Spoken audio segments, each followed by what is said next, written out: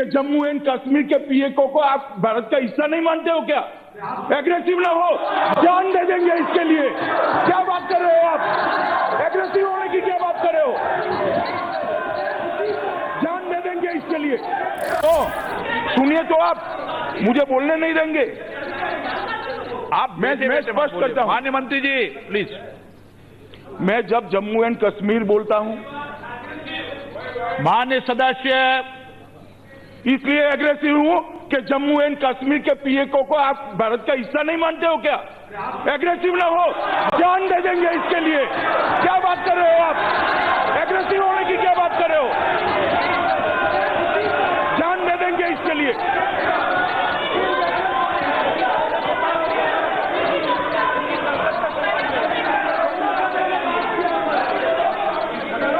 सभापति महोदय, मैं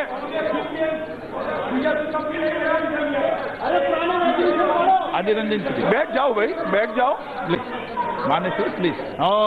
सभापति महोदय, माननीय प्लीज प्लीज, आपको मैंने इजाजत नहीं दी है, प्लीज बैठ जाइए। माननीय गृह मंत्री जी के अलावा कोई सदस्य नहीं बोलेगा। महोदय, मैं ये बात रिकॉर्ड पर रखना चाहता हूं कि जब मैं सदन में जब जम्मू एंड कश्मीर राज्य बोला हूं, तब पाक ऑक्यूपाई कश्मीर और अक्साई चीन दोनों इसका हिस्सा है, ये बात को और हमारे संविधान ने जम्मू कश्मीर की जो सीमाएं तय करी है और जम्मू कश्मीर के संविधान ने जम्मू कश्मीर की जो सीमाएं तय की है, उसके अंदर पाक ऑक्यूपाई कश्मीर और अक्साई चीन दोनों समाहित। माननीय अध्यक्ष जी, पूरी चर्चा का तो मैं बाद में जवाब दूंगा। काफी सारे सदस्यों के मन में ये चीजें पड़ी हैं कि ये जो प्रस्ताव, संकल्प और बिल मैं लेकर आया हूं, उसकी कानूनी वैधता क्या है, संवैधानिक पोजीशन क्या है। तो मैं सबसे पहले सभी सभासद इस पर पूरी जानकारी के साथ चर्चा में हिस्सा ले सके, इसलिए इसकी कानूनी और संवैधानिक स्थिति को स्पष्ट करना चाहता हूं। सभापति, माननीय अध्यक्ष जी, राष्ट्रपति महोदय ने कल एक कॉन्स्टिट्यूशन ऑर्डर 2019 साइन किया है। इसके तहत 370(1)D, अनुच्छेद 370 के 1D का उपयोग करते हुए ये एक संवैधानिक ऑर्डर उन्होंने पास की है, जिसमें भारत के संविधान के सारे अनुबंध जम्मू और कश्मीर के संविधान को लागू होंगे और इसका मतलब है कि 35 से चली और 367 और 370(1)D को एक साथ में पढ़ते हुए जो अधिकार प्राप्त होता है, वो अधिकार के तहत राष्ट्रपति महोदय ने एक जहां जहां भारत के संविधान में कॉन्स्टिट्यूएंट असेंबली ऑफ जम्मू और कश्मीर लिखा गया है, वहां पर इसको जम्मू और कश्मीर लेजिस्लेटिव असेंबली पढ़ा जाए, इस प्रकार का भी इस कॉन्स्टिट्यूशन ऑर्डर के अंदर उल्लेख किया है। और एक रेजोल्यूशन है जो मैंने अभी पढ़ा, जिसके तहत धारा 370(3) का उपयोग करते हुए कश्मीर के अंदर कश्मीर के बारे में जो 370 का उपयोग हो रहा है, इसको सीज करने का एक प्रस्ताव, अगर सदन इसको अनुमति देता है तो राष्ट्रपति महोदय कल या परसों उनकी अनुकूलता से इसको साइन करके गैजेट में प्रसिद्ध करेंगे।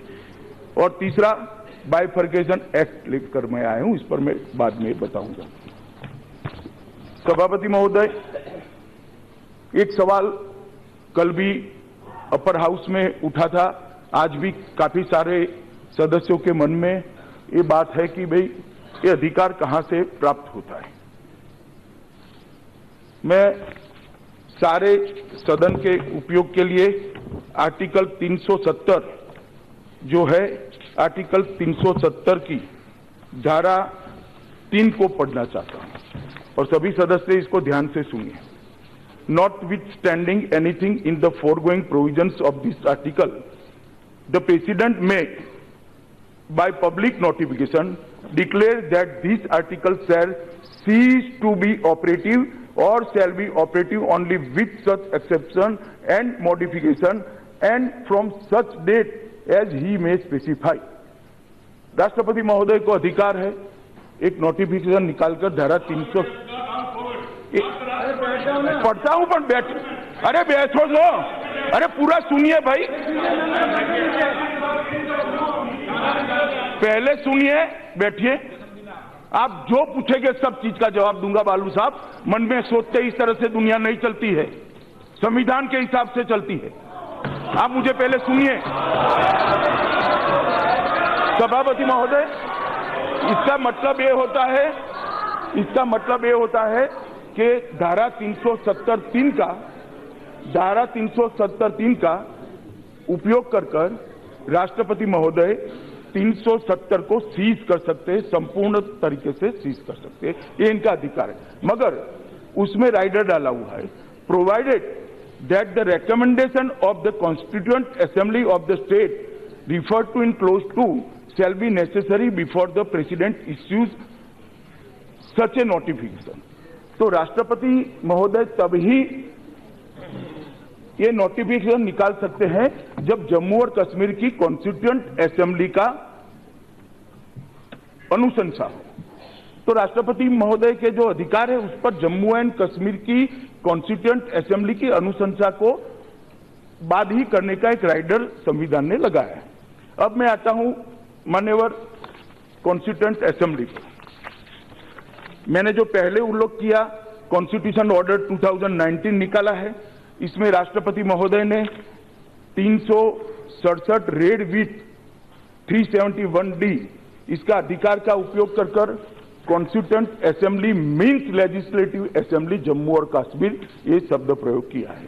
तो अब ये अधिकार आता है जम्मू और कश्मीर लेजिस्लेटिव असेंबली के अंदर कि वो राष्ट्रपति महोदय को अनुशंसा करे कि आप ये अधिकार का उपयोग कर सकते हो। अब काफी सारे सभासद होंगे, ये कहेंगे कि भाई ऐसा नहीं कर सकते हो। मैं इतिहास उनको बताना चाहता हूं। इस प्रोविजन का उपयोग कांग्रेस ने इसी रास्ते से 2 बार किया है। पहली बार 1952 में, दूसरी बार 1965 में। 1952 में 371D का उपयोग करते हुए उन्होंने महाराजा की जगह सदरे रियासत किया, महाराजा का नाम निकालकर सदरे रियासत किया, और 1965 में सदरे रियासत की जगह गवर्नर किया। मेरा इतना ही कहना है कि जब कांग्रेस पार्टी इतना जो हो हल्ला कर रही है, उनके शासन में 2 बार राष्ट्रपति महोदय, भाई अब आप महोदय ये ठीक नहीं है, महोदय ठीक नहीं, इतना जो हो हल्ला करे हो इसका 2 बार उपयोग राष्ट्रपति महोदय ने अपने अधिकार का उपयोग कांग्रेस के शासन में कैबिनेट की अनुशंसा से ही किया है। कैबिनेट मतलब सरकार। और अब आया असेंबली। अभी महोदय आप जानते हैं, पूरा देश जानता है कि जम्मू एंड कश्मीर में राष्ट्रपति शासन चल रहा है। राष्ट्रपति शासन धारा 356 के अंतर्गत लगता है। धारा 356(1)(b इसके हिसाब से असेंबली की पूरी सत्ताएं ये दोनों सदनों में निहित है। ये दोनों सदनों का जो भी अभिप्राय है वो ही असेंबली का अभिप्राय होता है। तो कल मान्यवर मैं राज्यसभा से अनुमति लेकर आपके सामने उपस्थित हुआ हूं और मुझे भरोसा है कि ये सदन धारा 370 हटाने के लिए अनुमोदन मुझे देगा। ये दोनों चीजें जो मैंने रखी है ये संविधान का किस अधिकार के तहत राष्ट्रपति जी ने और भारत सरकार ने ये संकल्प और ये बिल में लेकर आया हूं, इसको समझाने के लिए मैंने सदन के सामने रखा है। इस पर जो भी विवाद हो सकता है, जो भी आपकी तकलीफ हो सकती है, इसका जवाब मैं जरूर दूंगा, तसल्ली से दूंगा।